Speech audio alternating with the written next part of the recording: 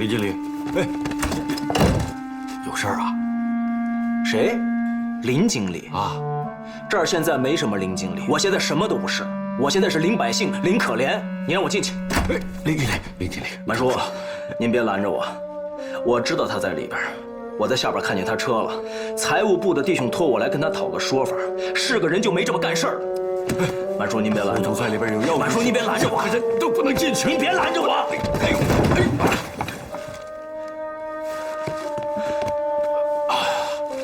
您没事吧？满叔，对不起。满叔，对不起。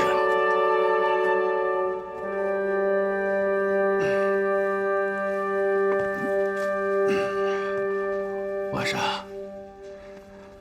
你摔坏了我这把老骨头倒没什么，你摔坏了它没地方修去啊。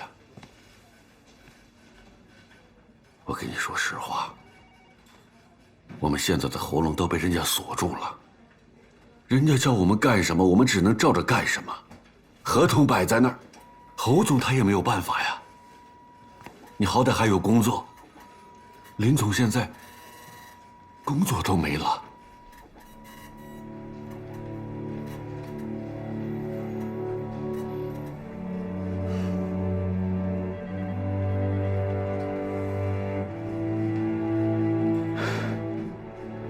粉君，多好一个集团公司，怎么就落得任人宰割的地步了？啊，满叔，你让侯三叔出来，我问问他，好吧？侯三叔，你给我出来！侯三叔，把山！就算我求你了，也别让我为难。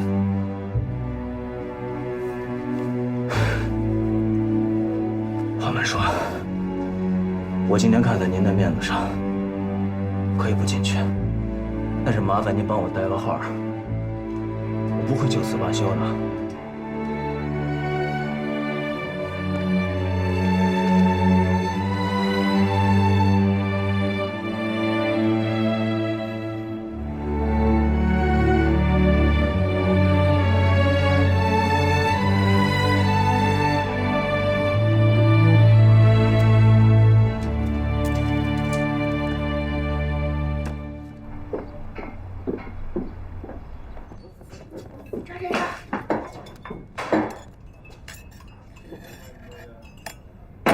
吃惊吧？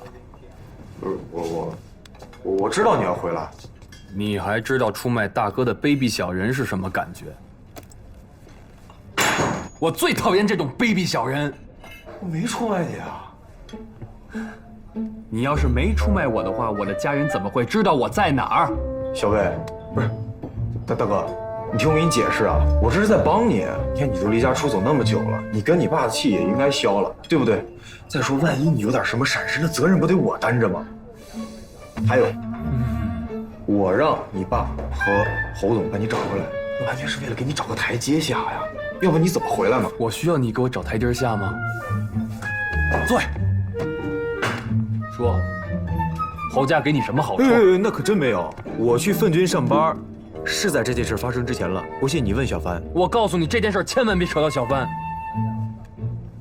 我只知道我被出卖了，而出卖我的那个人一定是你。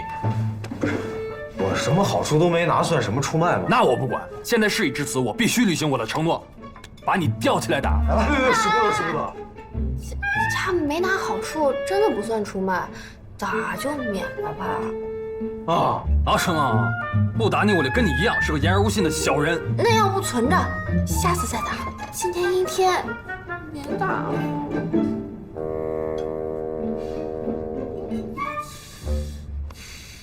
那就看在小帆的面子上，先存着。但是如果下次你敢欺负小帆的话，我告诉你，咱们就新账旧账一块儿算。对，他要是敢欺负我，我帮你拽绳子。行吗？不是，哎，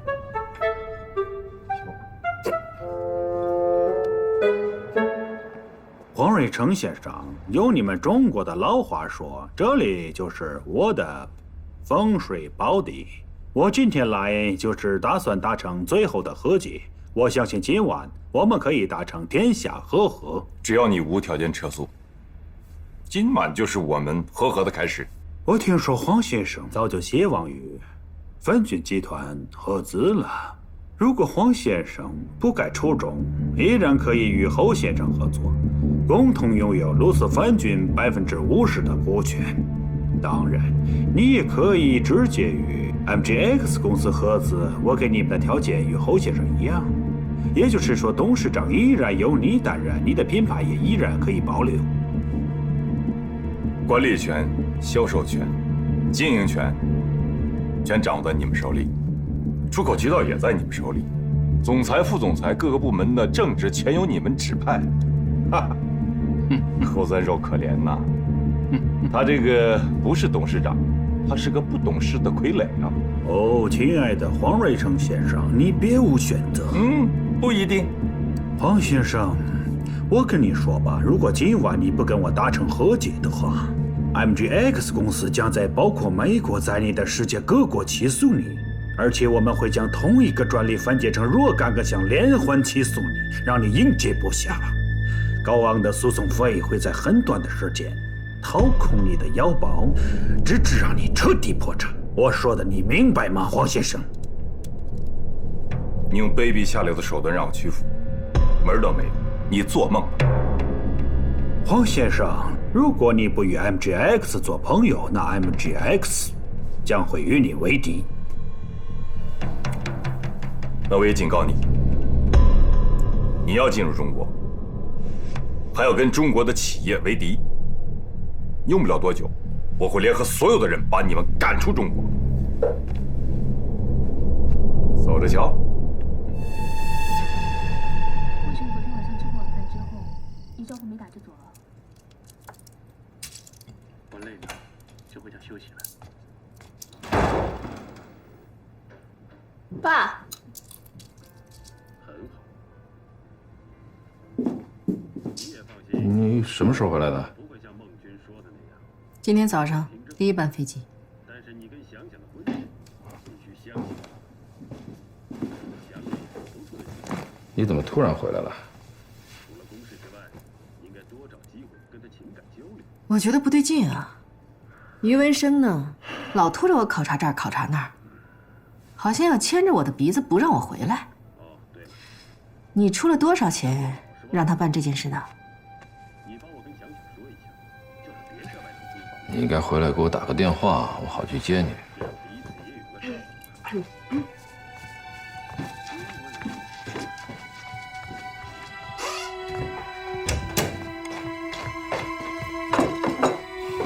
你这张嘴啊，除了说谎之外，就是骗。我打电话给你，等你继续骗我呀？在你眼中，我就这么傻吗？你去剧团了？去了，被那个老外赶出来了。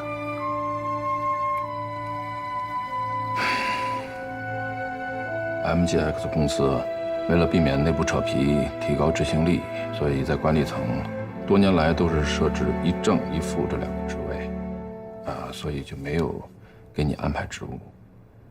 另外呢 ，MGX 公司也规定夫妻之间不能够同时在一个地方工作，这又委屈你了。但是佳来，这次合资啊，咱们赚大了，而且奋军这个名头没有丢，只是在前面加了一个鲁斯的名号，现在叫鲁斯奋军公司。经营权、管理权呢，虽然归了 MGX 公司，但是他们付给咱们1亿2千万，除了按比例分给那些小股东以外，咱们剩下9600万。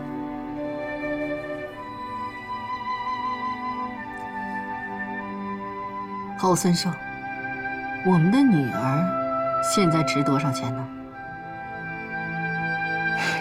你开什么玩笑？他女儿能卖吗？那多少钱也不能卖呀！这么多年来，你主外我主内，奋军集团是我们共同创立起来的。对我来讲，他就是我的孩子。当年为了能让公司活下来，在小帆最需要我的时候，我把他丢在一旁，我把所有的精力都放在了奋军身上。现在为了卖粪菌，你竟然对我设圈套，对自己朝夕相处的妻子耍诡计。你知道你有多伤？你知不知道我现在有多恨你啊？佳来，我这也是没有办法的办法。我知道你对粪君很有感情，你很有主见，容易感情用事。你说，如果我把你留下来，你会同意对合资这件事情吗？你会同意在粪君这个生死攸关的紧要关头，我采取非常手段吗？哦，难道你把生米煮成熟饭，我就会同意了？我把9600万打在你肚头上，由你随便支配。我侯三寿就是有一个信条，我不能让我自己的女人为钱发愁啊。这根本不是钱的问题，你就是把金库银库搬给我，我都不可能原谅你的。佳来，这件事情你刚知道，情绪还比较激动啊。这样吧，你先冷静冷静，我们冷处理一下，等你心平气和以后，我们再好好谈，好吧？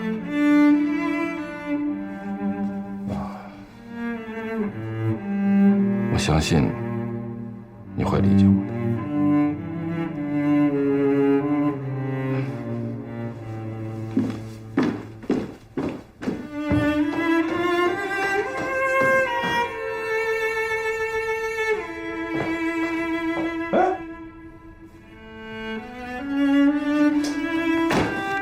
小兰，小兰，这怎么回事？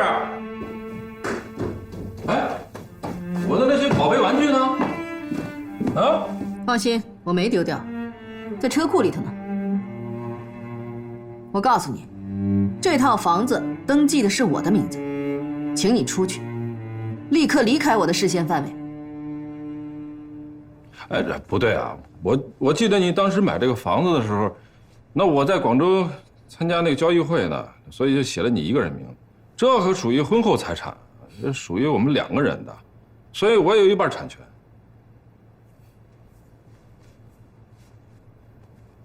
那好，我们结婚的时候，你记得我们的约定是什么吗？是什么？第一，夫妻俩吵架的时候，男人就应该滚出家门，女人待在家里，因为男人属狗，就算跑出去再远也回得了家，而女人呢属水，一旦泼出去了就覆水难收。第二，就算夫妻俩打得天昏地暗，有2个字也不能轻易出口，一讲出口来就难以收场。你现在不要逼我讲那2个字。我们没吵架，也没打架，对不对？我们在讲道理。你现在走不走？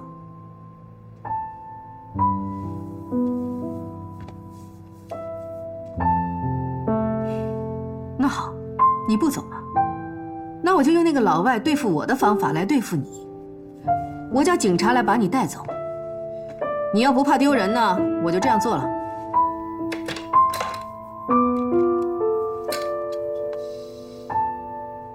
110，我家来了一个无赖，麻烦你们派人把他赶走。小范，你妈要把我赶出门啊！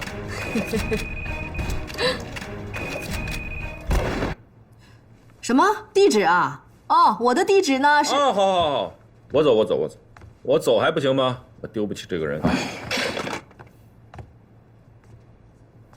哎，对了，那个明天呢，把你那个办公室腾出来给赖特，然后你先暂时在我……你说什么？哦！你说什么？你再说一次！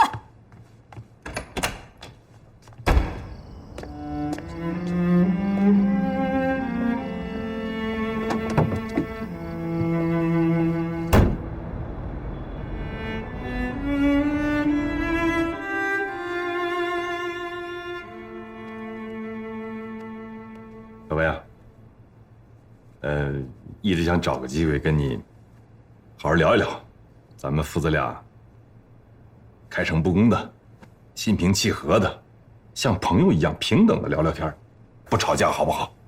想说什么你就说吧。爸爸的公司呢遇到了一点烦心事儿，这事儿呢跟你何叔叔有关。爸爸是一忍再忍，一让再让，但是不能再让了。再让爸爸的公司就会遭到灭顶之灾啊！如果选择出手，那就面临着跟你侯叔叔之间的矛盾公开化了，大家也看了笑话了，爸爸跟你侯叔叔也剑拔弩张了，成仇人了。所以爸爸心里边一直很矛盾。我也很清楚，有些话跟你说了根本就没用，你不听我的。小帆这个孩子，爸爸是喜欢的，好孩子。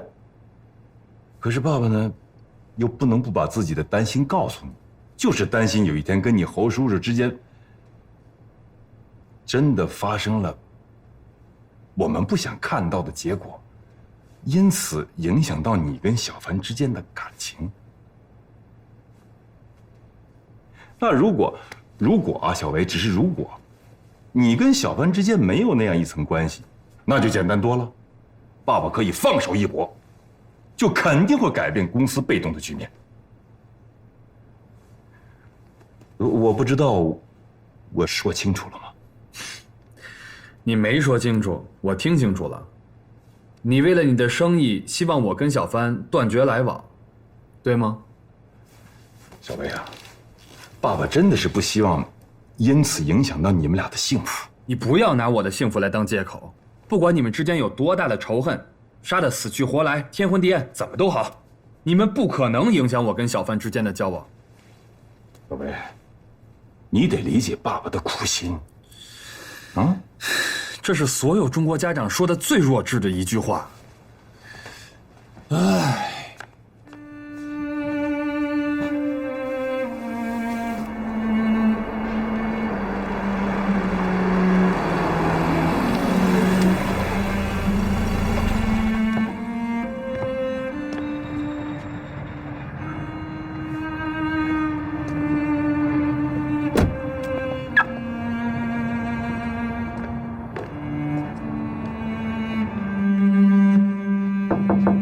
小薇啊，小薇，又干嘛呀？在这说，在这说。啊，行行，这个爸爸真有一个想法。你跟小帆不是没什么事儿吗？你跟他商量一下，出国留学。我知道，让你一个人走，你肯定不干。那索性你们两个一块儿去，对吧？走得越远越好，爸爸心里边也不纠结了。你盛天叔叔的3弟在法国，让他给你办个工作签证也快。到了法国，你们看中哪个？谢谢你的好意，我跟你再说一遍，小帆他不可能跟我出国，我也不想出国。我再跟你说最后一遍，你跟侯叔叔不管闹成什么样，都不会影响我跟小帆之间的交往。我说清楚了吗？你看你这孩子这么小，盛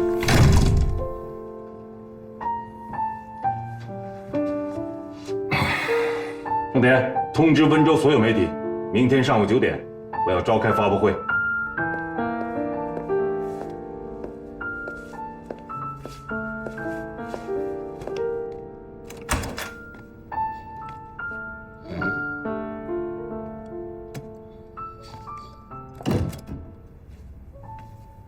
说。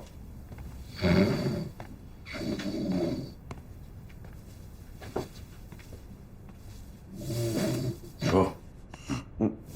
你在等谁呢？等你呢，我等谁呀？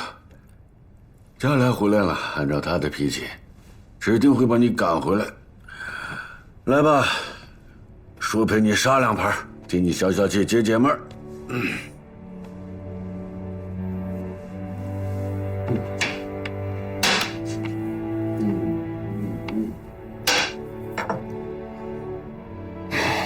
叔啊，这么多年来，我也没亏待你。你这手头怎么也有1000万了吧？说你也没孩子，你赚这个1分钱，别人打你100拳，你都不撒手，你攒这钱干什么呀？看你那个衣服，哎呀，都破成那样了，还不知道扔了，赶紧把它给扔了吧。挺好的。我给你买的衣服呢，在哪儿？那还不赶紧换上啊？好，我换。你该谁走了？我。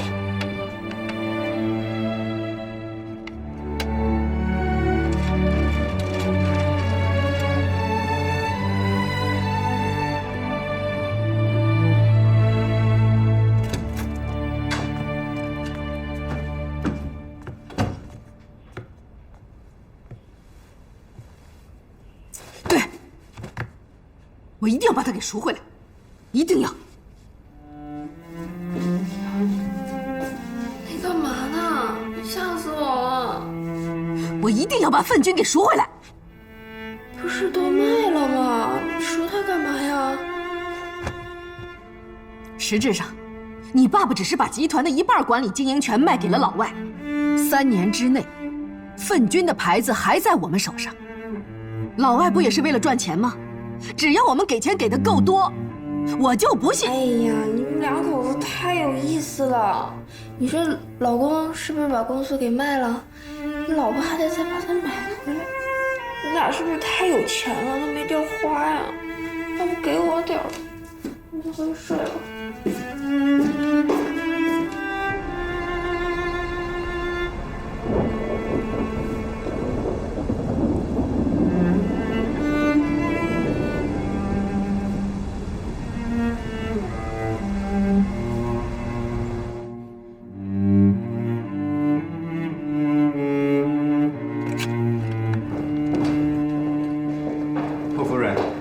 信中办通知我说我的办公室已经 OK 了，可以正常办公。是啊，是我告诉他们的。可是您还没搬走呢。你的办公桌呢？我已经安排好了，就在那儿。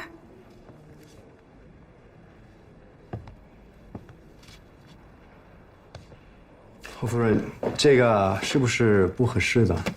没有不合适吧？合资之后，你我是一家人了，一个兜里花钱，一个锅里吃饭，应该也可以在一个屋里办公吧？我们一起办公啊，会增加我们的了解，有利于增加我们的沟通，形成我们之间的默契。赖特先生，我们呢互不干扰的，可以吗？你忙你的。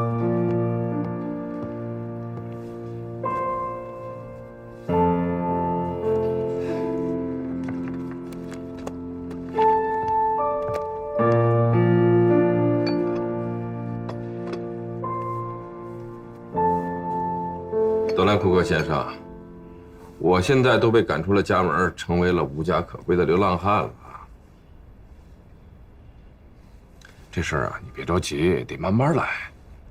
你让赖特先生啊先将就一下，啊，千万别退出啊。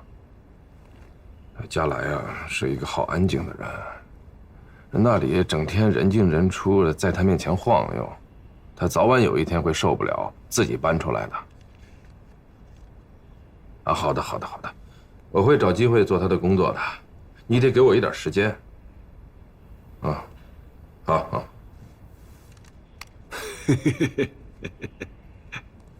我都急出满头大包了，乐个屁！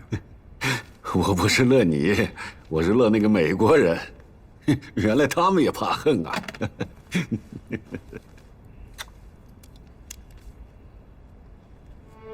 大家一定要看清楚，一个资产超我们100倍的跨国公司，不远万里远渡重洋来到中国，来到温州这个民营企业的聚集地，挖空心思的用尽一切卑鄙的手段，什么滥用专利、诉讼、诱惑、威胁来对付我们。他们要干什么？他们的目的是什么？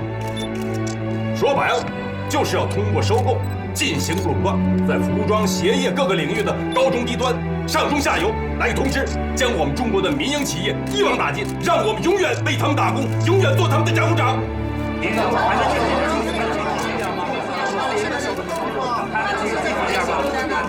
Okay, so make sure that you get rid of all the Chinese people in the treasury department. We don't want them controlling the money.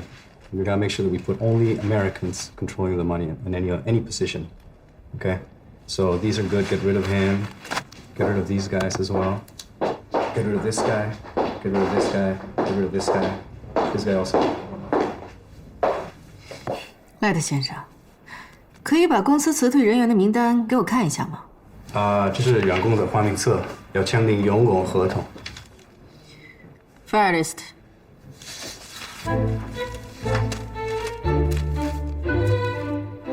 Why are you firing Wan Shan? He doesn't obey the job requirements. So, is this fair arrangement?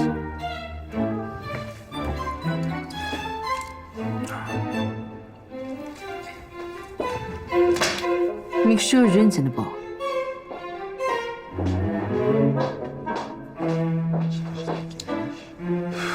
My God！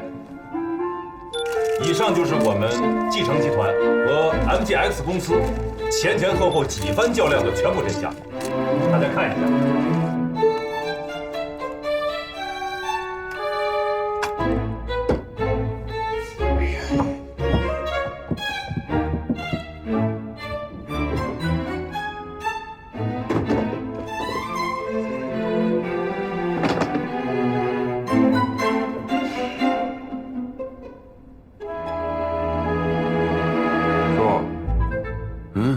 是不是有人敲门啊？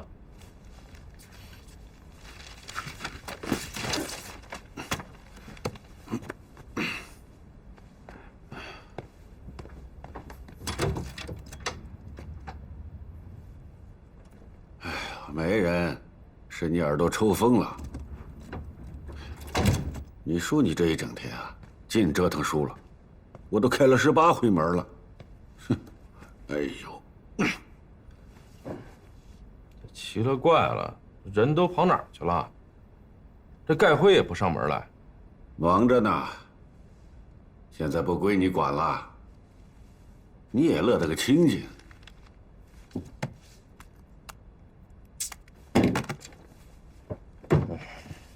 德拉库克这小子，也不向我这个董事长来汇报工作。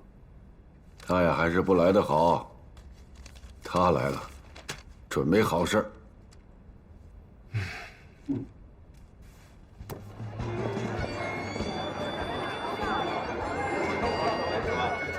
马总你好，我看你的状态非常的激动。我面对目前的危机，继承集团和个人的态度，我的态度非常。16个字：不畏强势，积极应对，不获全胜，绝不收兵。你爸这是新闻上打广告。啊，行，走了走了，待会儿还要骂你爸呢。我要狗治猫，两个人好起来的时候像糖霜，闹成像砒霜。哎，走了走了，别看了别看了，走走走。 有人在骂侯三寿是卖国贼，甚至将他比作是引狼入室的吴三桂，你怎么看？引狼入室，你这个说法非常好。MGX 公司就像一只狼，而跟 MGX 公司相比，我们这些集团就像羊一样。狼就是要给羊下套的吗？侯三寿也不能说他做错了，他也是迫于无奈才上了狼的套，但是他不知道啊。 狼的胃口很大呀，他先吃了奋军集团，还要吃我们继承集团，他还瞄着其他的羊群呀。侯三寿开了一个非常不好的头，所以大家骂侯三寿也很正常。你别说骂他是吴三桂，就是骂的再难听点都不为过。MGX 公司靠着指鹿为马的专利，在美国法院申请到了临时禁售令，封杀了奋进集团在美国的2000多万美元的货物。 以此卡住奋军集团的脖子，逼着侯三寿就范，这就是明目张胆的挟票夺命。侯三寿，我一直非常的敬重他，我很佩服他，多么优秀的一个企业家呀！苦心经营了20年的服装品牌，在 MGX 公司的威逼利诱下消失了，我心痛啊，朋友们！人生有多少个20多年？ 我当然拒绝做这样的傀儡董事长。我的拒绝，让 MGX 公司全权代表格兰库克先生暴跳如雷。他扬言，要在全世界销售继承产品的国家对我们进行连环起诉。末了，他还留下这么一句：继承集团既然不能做我们 MGX 公司的朋友，那么继承集团就是我们 MGX 的敌人。我记住这句话。 我应战。这黄瑞成受刺激了，这不疯狗吗？逮谁咬谁。哎，我们一块儿。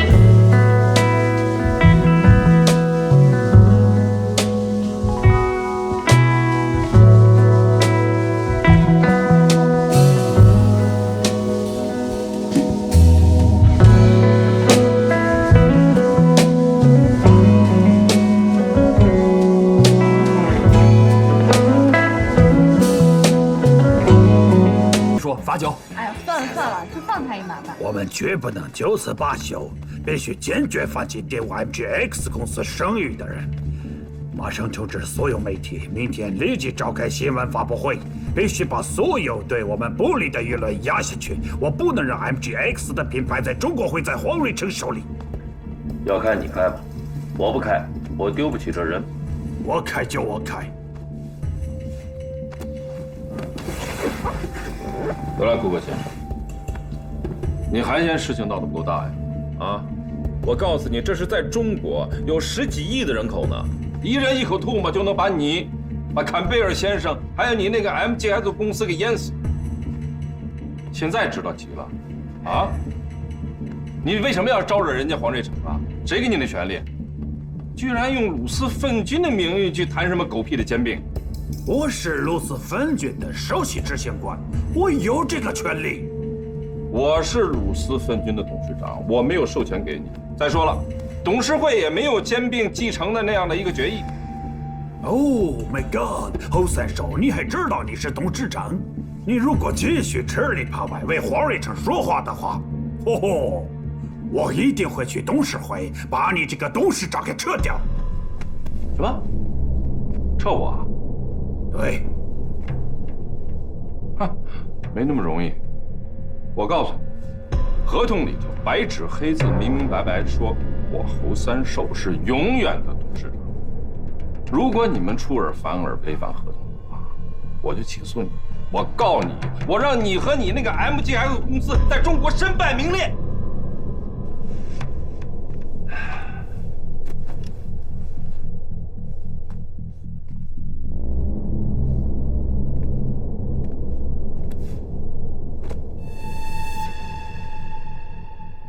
你怎么不叫了？不喊了？你不是很有办法吗？我告诉你，你已经把人家逼疯了，还不算完，非要逼着人家无路可走，人家不反咬你一口啊？啊？哼，现在舒服了。侯先生，我大半夜来找你，不是为了跟你吵架的，我是要向你讨教。如何才能保护 MGX 公司在中国市场的声誉和利益，让这件事情平息下去？我知道你一定有办法。现在知道来找我来了，啊？管我要办法？晚了？哦，不晚，只要有你就不晚，我们还有机会。办法我早都告诉你们了，你们没人听啊！啊，怎么才能平息事情？请务必赐教，我会听你的。立即撤销对继承集团的所有起诉。不可能，这绝不可能。这是公司董事会的决定，即使是坎贝尔先生，他也没有这个权利推翻董事会的决定。那我就没办法了。你又说没办法？只有你来收拾这个残局了。要是收拾不好，你可就惨了。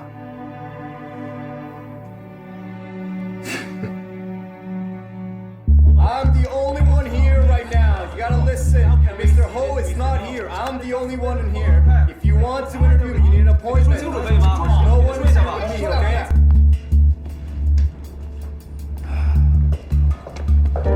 Mr. Cook. Well, we must do something. There's so many reporters downstairs.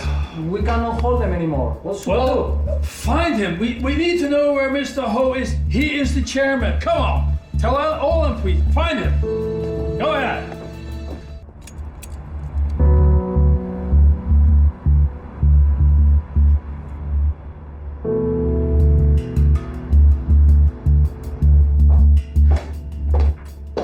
你这一大早叫我来，就想让我挤出一身臭汗。我想让你来，喝喝茶，聊聊天，解闷儿。谁知道来了这么多人？我的电话里不是跟你说的很清楚了吗？收购和被收购没有谁对谁错，一个选择保持自己的品牌，坚守自己的阵地；一个选择部分放弃，和强者合作。这两条路从经济学上来说是并进的路，不是光明与黑暗的决绝。可对于我来讲是生死之路啊！他卖掉了我的半条命，而且还是偷偷摸摸卖的。这件事让我觉得不踏实，不快活。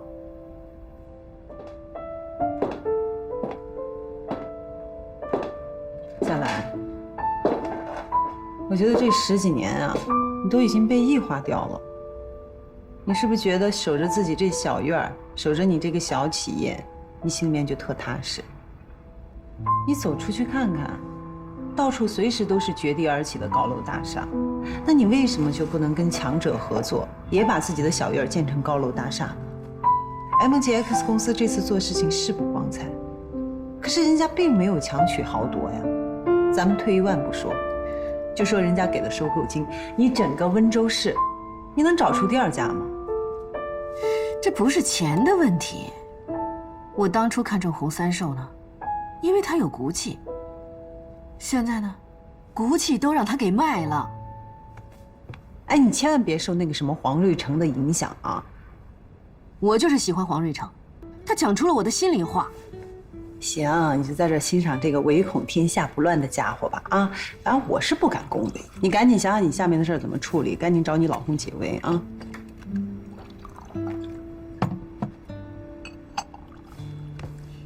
干嘛去啊？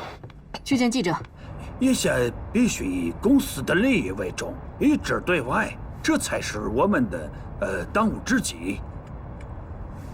我是说，等事态平息之后，我们间的争执可以坐下来再解决嘛。德兰库克先生，事态是由你引起的。在烧这把大火之前，你想没想过，首先烧死的不是黄瑞成，而是我侯三寿。我都是为了公司的利益，请相信我。你说什么？啊，你是为了 MGX 公司的利益，而不是为了鲁斯粪菌的利益。你以为你那点猫腻我看不出来？你还是在为那个50%的股权耿耿于怀。你想让黄日成进来吸食我的股权，好达到你绝对控股的目的。别以为人家都是傻子，你这是一致对外吗？你这是借刀杀人。收。说，怎么了？别着急，慢慢说。苏教授让我告诉你，佳来去见记者了，拦都拦不住。坏了，坏了！ His wife。情况就是这样的。侯总，介绍一下我们采访。侯总，你夫人说你是被 MGX 公司刀架的脖子上才接受的这样子的合约，是这样子的吗？您与 MGX 公司联手之后，你计划还要用这种方式兼并多少家中国的民营企业呢 ？MGX 公司与粪菌集团是否有不可告人的阴谋和见不得阳光的秘密协议呢？哎，侯总，好，大家不要急，不要急。侯总。 你们所提出的问题，我都会实事求是的一一回答。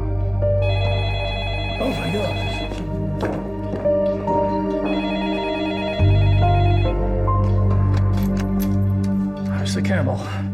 Cook, look at what you've done. MGX has always been a dignified company. You've made us look like an ugly, greedy, treacherous monster. Do you want the entire Chinese business world to be looking at us and to be angry at us? We have spent a tremendous effort to develop the Chinese market.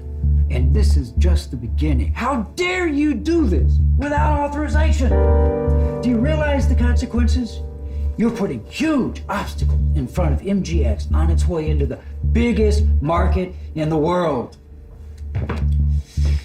Listen, the board and the lawyers just had an emergency meeting. And they decided to remove the lawsuit. At midnight. This becomes effective in the morning when the court opens. We won't have another chance to sue them in the future. This is all because of what you have done. Now wait for the punishment to come from the board.